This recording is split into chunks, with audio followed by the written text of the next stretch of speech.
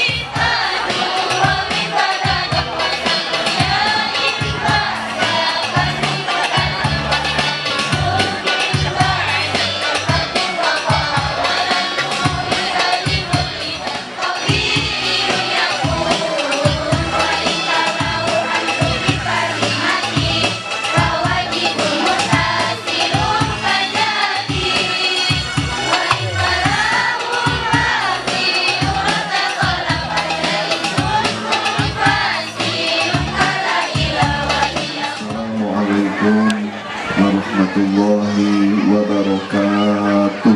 Waalaikumsalam. Bismillah, alhamdulillah, wassalatu wassalamu ala rasulillah Sayyidina wa maulana Muhammad wa ala alihi wa sahbihi wa mawala.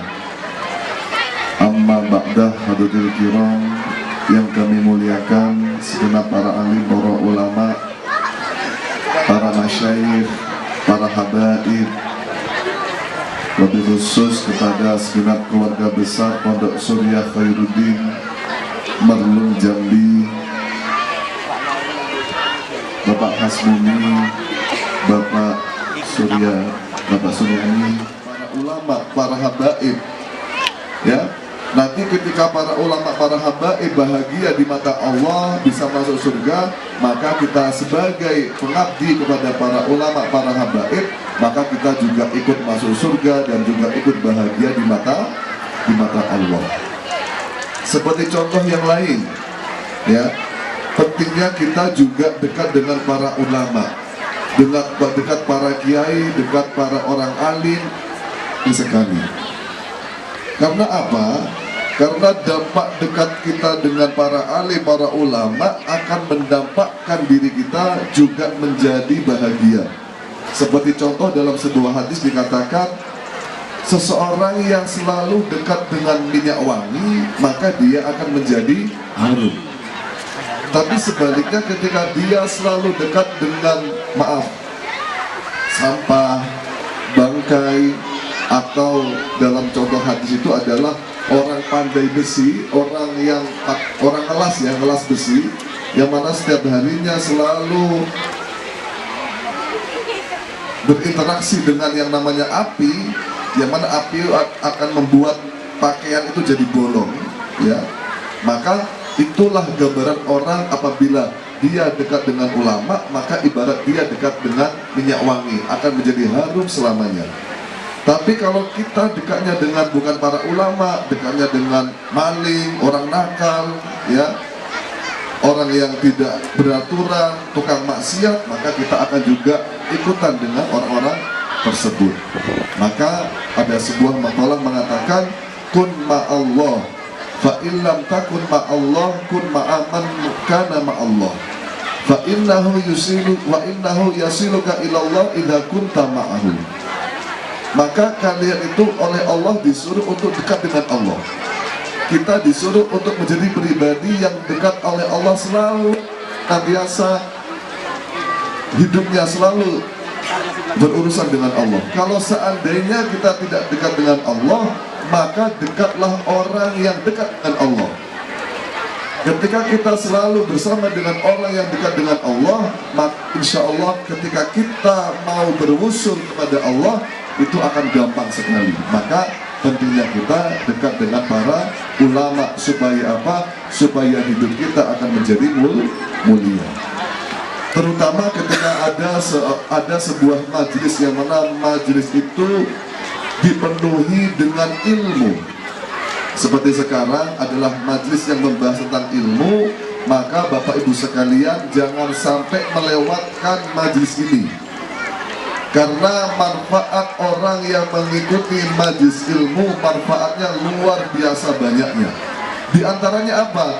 Ketika orang mengikuti majelis ilmu, maka salah satu manfaatnya adalah setiap langkah orang tersebut mulai dari rumahnya menuju tempat ini, maka setiap langkahnya akan melubur dosa-dosa yang pernah dia lakukan. Allahumma dapat semacam ini, ya. Harus meyakini barokah itu nyata, tapi bentuknya barokah itu macam-macam Bapak Ibu sekalian, ya. Barokah itu bentuknya macam-macam. Yang pertama, barokah itu fa'idah halal al-barokatu fil mali aktsarathu. Ketika barokah itu masuk ke dalam harta, maka insya Allah hartanya akan sama Allah akan dilipat gandakan. Jadi barang siapa yang hadir, yang rutin datang di majlis pengajian atau majlis ilmu, insya Allah rezekinya akan dilimpahkan oleh Allah Subhanahu wa Ta'ala. Jadi kalau punya tanaman, tanamannya panen. Kalau punya hewan, hewanannya subur. Ya, kalau punya dagangan, dagangannya laris. Ini gara-gara apa? Gara-gara barokah, sebab dia ikut pengajian. Tapi jangan dikira barokah itu selalu melulu soal harta. Jangan dikira barokah itu mesti harta, bukan. Ada orang datang ke saya, Gus, ini saya selalu ikut pengajian. Saya selalu kalau ada pengajian di kota saya selalu ikut.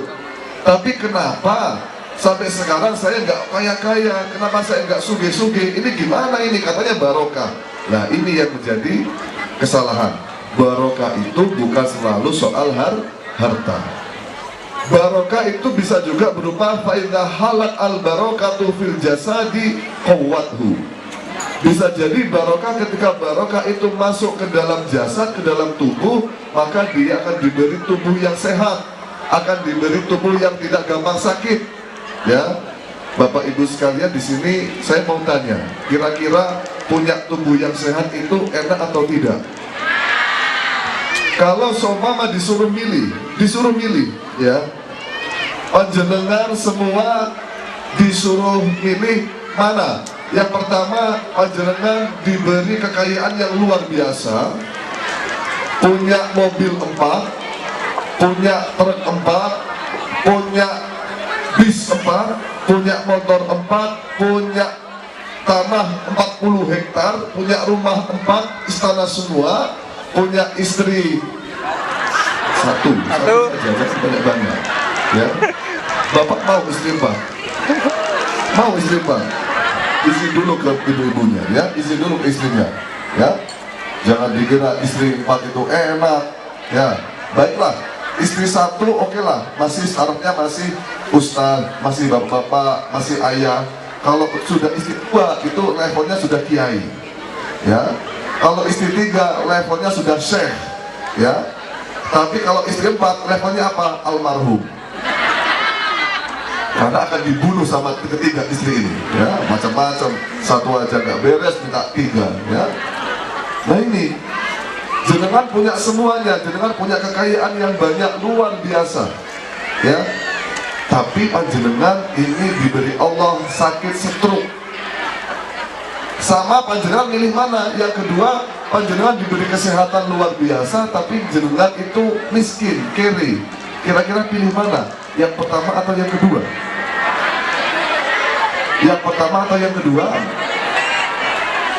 Percuma kita punya kekayaan yang luar biasa, tapi kita nggak bisa ngerasain apa-apa. Percuma, kita sakit stroke, nggak bisa ngapa-ngapain, nggak bisa menikmati mobil, nggak bisa menikmati rumah, nggak bisa menikmati tanah, ya. Berarti dalam hal ini diberi oleh Allah tubuh yang sehat itu termasuk barokah yang luar biasa. Jadi disyukuri. Lalu barokah itu tidak hanya berupa harta, tidak hanya berupa kesehatan, tapi barokah itu juga bisa berupa diberikan anak yang soleh.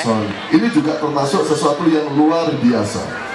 Ya, makanya panjenengan kalau ada acara majlis dzikir, majlis ilmu, kalau bisa diusahakan anaknya dibawa supaya apa? Supaya anaknya itu nanti kesebaban barokah, bisa jadi anak tersebut menjadi anak yang soleh. Kenapa? Ketika panjenengan membawa anak tersebut akan ta'aluk hatinya kepada para ulama, sering diberikan penglihatan, pengajian, sering didekatkan dengan para ulama. Nanti sejak kecil sudah terbiasa dengan para ulama, dengan pengajian, insya Allah anak Anda akan menjadi pribadi yang soleh. Tapi syaratnya juga, salah satu syarat menjadi anak soleh, ini syaratnya apa? Harus dingajikan, anaknya harus diajarkan pendidikan agama yang baik. Ya, karena apa? Salah satu kewajiban orang tua kepada anak diantaranya apa? Satu, anak harus diberi nama yang baik. Berarti Bapak Ibu sekalian, kalau nanti punya anak, kewajibannya apa? Kewajiban yang pertama, harus diberi nama yang baik. Sebab apa? Innakum tud'auna yaumal qiyamati bi asma'ikum fa ahsinu asma'akum. Sebab kelak nanti di yaumul qiyamah, di padang mahsyar, kalian akan dipanggil sesuai dengan namanya masing-masing. Maka perbaikilah nama kalian. Ibarat nanti di padang mahsyar kita tuh antri, ya, antri yang dipanggil itu nama-nama yang baik, seperti Abdullah, Ahmad, Muhammad, Abdurrahman, ya, Abu Bakar, Umar, Utsman, Ali, itu akan dipanggil duluan, ya. Nanti yang namanya Paijo, Wagiman, Sulastri, dipanggilnya keri-keri, terakhir itu, ya. Kira-kira kalau seandainya antri sembako kayak gitu, lebih senang dipanggil duluan atau dipanggil terakhir?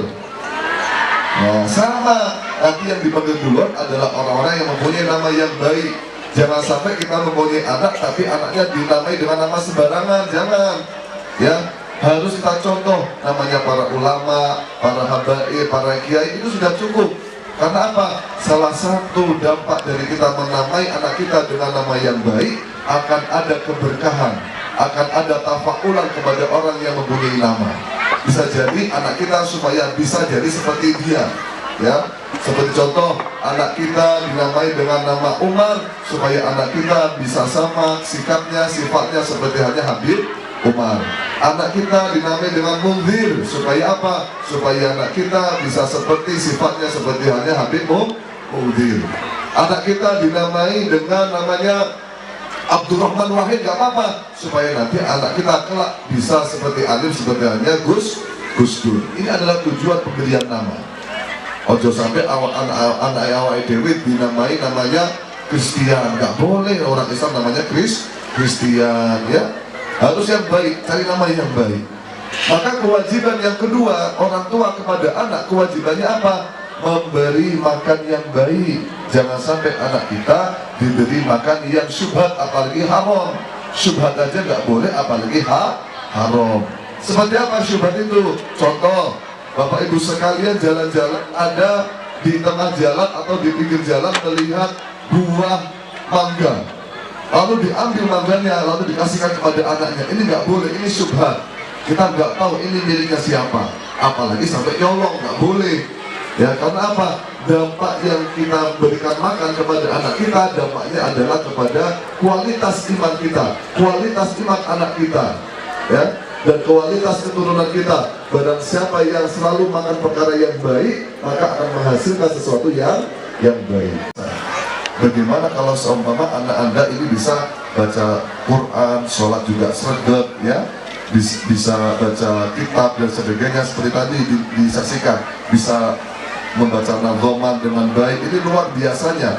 insya Allah ketika anak Anda dipondokkan, anak Anda diajarkan agama yang baik, insya Allah akan menjadi pribadi anak yang solih. Bapak Ibu punya anak yang solih, ya, maka syaratnya harus dipondokkan, nggak boleh tidak dipondokkan. Kenapa? Kalau di rumah nanti akan sulit untuk diatur, ya. Terutama Bapak Ibu sekalian dalam memondokkan anak masalah ngaji harus dipaksa, nggak boleh nggak dipaksa. Nah, kalau seandainya kamu nggak mau mondok, diancam aja. Kamu saya awurkan, saya barenkan dengan kambing, nggak apa-apa, diancam. Kalau kamu nggak mau mondok, kamu nggak saya kasih jatah makan, nggak apa-apa, diancam saja. Ya, dulu kakak saya itu diancam sama orang tua saya. Kamu kalau nggak mau ngaji, kamu saya buat ke Sumatera. Ya, waktu itu Sumatera itu identik dengan buaya, dengan macan, dengan gajah, ular. Takut akhirnya, kakak saya takut untuk diancam semacam ini. Akhirnya kakak saya mau ngaji. Ya, ini kira-kira sekarang di Sumatera masih banyak hewan buas atau enggak? Masih. Oh ya, pantas di sini banyak buaya di sini. Ya. Darat. Nah, ini kewajiban orang tua dalam masalah akhlaknya anak harus penting. Gak boleh diberikan leluasa anak kamu mau mondok, mau ngaji atau tidak, gak boleh. Ya, jangan sampai juga anak ketika mondok orang tua pesimis. Nanti anak saya mondok mau jadi apa ya? Anak saya mondok nanti mau makan gimana? Jangan. Ketika orang tua kok sudah suudon, ketika orang tua tersebut sudah pesimis terhadap takdirnya anak ketika mondok, maka orang tua tersebut namanya suudon kepada Gusti Allah, berprasangka buruk kepada Gusti Allah. Ya, jadi ketika nanti orang tua memondokkan anak, kata orang tua saya, anak tersebut insya Allah akan memberikan dampak barokah kepada rizkinya orang tua. Rizkinya orang tua akan diberi keberkahan, dan orang tua tidak ada ceritanya anak mondok orang tua bangkrut, itu tidak ada. Orang tua mondok sampai anaknya mondok, orang tua jual rumah, jual motor untuk gara-gara menghidupi anaknya mondok, itu tidak ada. Justru anaknya mondok, rizkinya orang tua akan dilipat gandakan oleh Allah Subhanahu wa Ta'ala, maka akan dihidupi oleh Allah Subhanahu wa Ta'ala. Maka dengan memondokkan anak itu termasuk dari menghidupkan agamanya Allah. Nah, ya, nanti bahkan bisa jadi anak yang mondok orang tua diberi kekayaan yang luar biasa, diberi harta yang melimpah. Ya, Bapak Ibu mau jadi orang kaya? Mau jadi orang kaya? Jadi orang kaya itu nggak enak loh Bapak Ibu sekalian. Ya, jadi orang kaya itu nggak enak. Saya bilangin, jadi orang kaya nggak enak. Nggak enaknya gimana? Nanti ketika kita di padang mahsyar, ketika nanti di akhirat, kita itu ada yang namanya hisab. Tahu hisab? Hisab itu adalah perhitungan amal, perhitungan sesuatu yang kita miliki. Jadi orang kaya nggak enak. Nggak enaknya gimana? Masuk surganya lama. Soalnya apa? Nanti orang kaya itu akan dihisab. Kamu punya apa saja? Kamu di catatan saya kata malaikat, kamu punya motor 5, ya? Punya motor 5. Motor ini hasil dari uang mana? Motor satu ini dibawa kemana saja? Dulu motor satu ini dulu pernah dibawa ke Muara Jambi. Ini Muara Bulian, ya. Muara Bulian ini rumahnya siapa ini? Jangan-jangan istri yang kedua ini, ya. Dia akan ditanya terus, dikejar terus. Itu baru satu motor. Belum nanti kalau dia punya rumah, punya mobil, punya tanah, semuanya diperhitungkan, dihisap oleh Allah, dihisap oleh para malaikat. Nggak enak, lama masuk surganya. Tapi kalau jadi orang nggak punya apa-apa, jadi orang miskin enak. Ketika ditanyai, kamu punya apa? Saya nggak punya apa-apa, malaikat. Ya udah, cepat masuk surga. Kayak gitu. Sekarang saya tanya, mau jadi orang kaya atau orang miskin?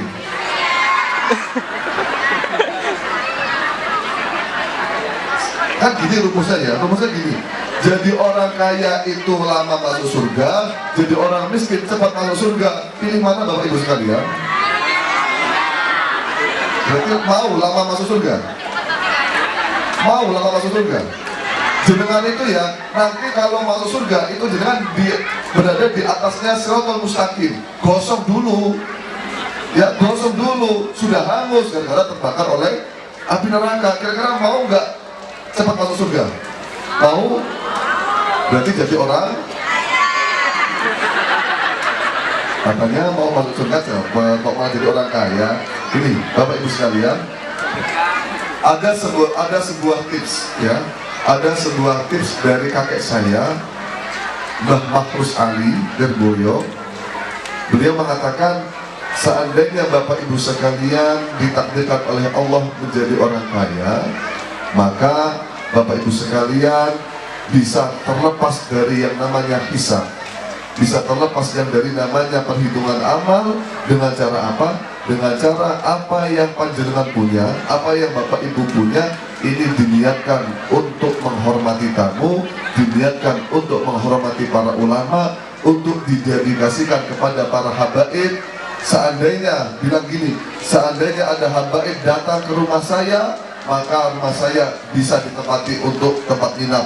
Kalau seandainya habaib atau para kiai datang ke sini, mobil saya yang Mercy ini bisa dipakai untuk mengantar para kiai yang ada ketika kunjungan di Jambi. Semacam itu, insya Allah ketika punya harta, punya kekayaan, diniati untuk itu semua, maka akan terlepas yang dari namanya hisab. Jadi itu adalah tips daripada Bayi Mahrus apabila kita ditakdirkan oleh Allah menjadi orang kaya.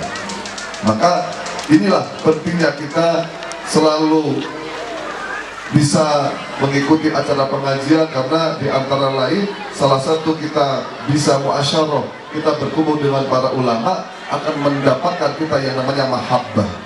Jadi dekat dengan orang ulama akan menciptakan rasa suka kita kepada para ulama.